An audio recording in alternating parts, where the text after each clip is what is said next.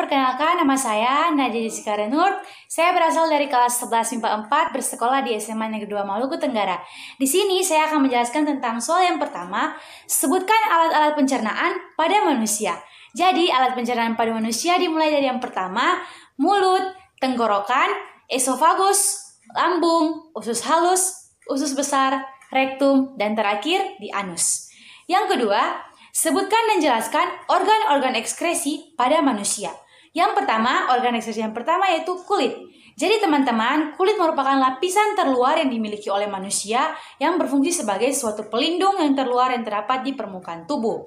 Nah teman-teman, kulit termasuk organ ekskresi. Kenapa? Karena kulit mampu mengekskresikan keringat-keringat manusia yang berasal dari zat-zat sisa berupa kelenjar keringat. Kulit juga berfungsi sebagai indera perasa dan juga indera peraba. Kulit terdiri dari 3 lapisan. Yang pertama adalah epidermis, dermis, dan jaringan ikat bawah kulit. Ginjal merupakan komponen utama penyusun sistem ekskresi pada manusia. Ginjal bisa mengekskresikan urin. Manusia memiliki sepasang ginjal yang berada di ginjal sebelah kiri dan ginjal sebelah kanan. Nah, ukuran ginjal tersebut adalah 10 cm. Bentuk ginjal kita seperti sebuah kacang ercis atau kacang merah. Jadi teman-teman, ginjal ini berada di rongga perut sebelah kiri dan kanan ruas-ruas tulang pinggang. Ginjal berfungsi untuk menyaring zat-zat sisa metabolisme dalam tubuh. Ginjal juga berfungsi untuk mempertahankan keseimbangan cairan tubuh, juga mengekskresikan gula atau membuat cairan-cairan gula yang berlebihan dalam tubuh menjadi normal dan mengatur keseimbangan asam, basa, garam pada tubuh manusia.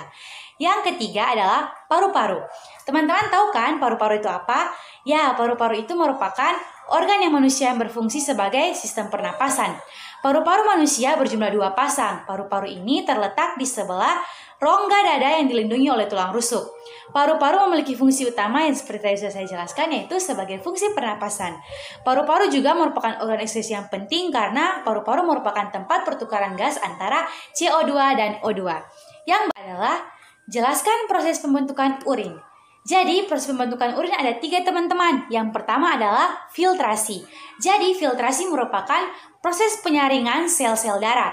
Di sini hasil dari proses filtrasi berupa urin primer yang masih mengandung air, glukosa, dan juga asam amino. Tapi sudah tidak mengandung protein dan darah. Yang kedua adalah reabsorpsi. Reabsorpsi berarti proses penyerapan kembali zat-zat yang masih dibutuhkan oleh tubuh. Nah, di sini hasil dari proses reabsorpsi adalah urin sekunder. Dan yang ketiga adalah augmentasi. Augmentasi berarti sebuah proses di mana pengumpulan cairan dari proses sebelumnya, yang tadi proses yang dari filtrasi dan reabsorpsi, digabung menjadi hasil dari proses augmentasi, yaitu sebuah urin yang sesungguhnya.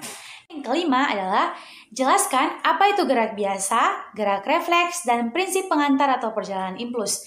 Jadi teman-teman, yang pertama, gerak biasa berarti gerakan yang terjadi karena proses yang disadari. Nah, pada gerak biasa, gerakan akan dimulai dari rangsangan otak yang ditolak dan terlebih dahulu. Urutan perjalanan impulsnya adalah yang pertama rangsangan, reseptor, nefron sensorik, otak, nefron motorik, dan efektor, dan berikut terakhir di gerak. Yang berikut adalah gerak refleks. Gerak refleks berarti sebuah gerakan yang terjadi tanpa sadar teman-teman. Dan di sini proses perjalanan impulsnya adalah yang pertama rangsangan, nefron sensorik, nefron korektor, pada sumsum tulang belakang, nefron motorik, dan juga efektor, dan yang terakhir adalah gerak. Lanjut ke pertanyaan nomor 6. Sebutkan fungsi hormon. Nah, fungsi hormon pada manusia itu sangat penting teman-teman. Yang pertama, fungsi hormon dapat mempengaruhi metabolisme glukosa, lemak, dan protein pada seluruh tubuh. Yang kedua, mengendalikan tekanan darah pada manusia. Yang ketiga, mengendalikan perkembangan pada sistem reproduksi dan ciri-ciri seksual. Yang keempat, dapat merangsang dalam proses pembentukan sel darah merah atau eritrosit. Yang kelima, dapat mengendalikan pelepasan dan pembentukan hormon yang dilakukan oleh korteks atau korteks adrenal. 6. Merangsang pelepasan dan pembentukan dari kelenjar tiroid. Yang ketujuh, mempertahankan homeostasis atau keseimbangan pada keadaan tubuh terhadap lingkungan sekitarnya. Pertanyaan yang ketujuh, kelainan refraksi mengakibatkan. Nah, kelainan ini mempunyai akibat yang sangat besar teman-teman. Akibatnya adalah bisa mengakibatkan kita punya pandangan yang kabur dan juga penglihatan tidak jelas. Tentu sangat berbahaya bukan teman-teman? Yang ketujuh, kelainan refraksi dapat mengakibatkan Nah, kelainan ini dapat mengakibatkan pandangan kita menjadi kabur dan penglihatan kita juga tidak jelas. Nah, kadang-kadang sampai sangat parah teman-teman sehingga menyebabkan gangguan pada penglihatan kita.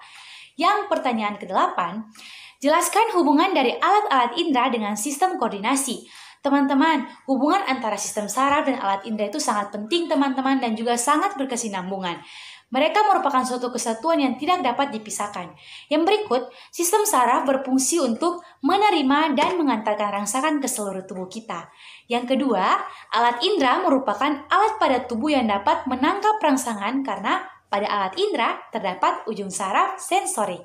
Sekian yang dapat saya jelaskan, semoga dimengerti teman-teman. Sampai jumpa lagi.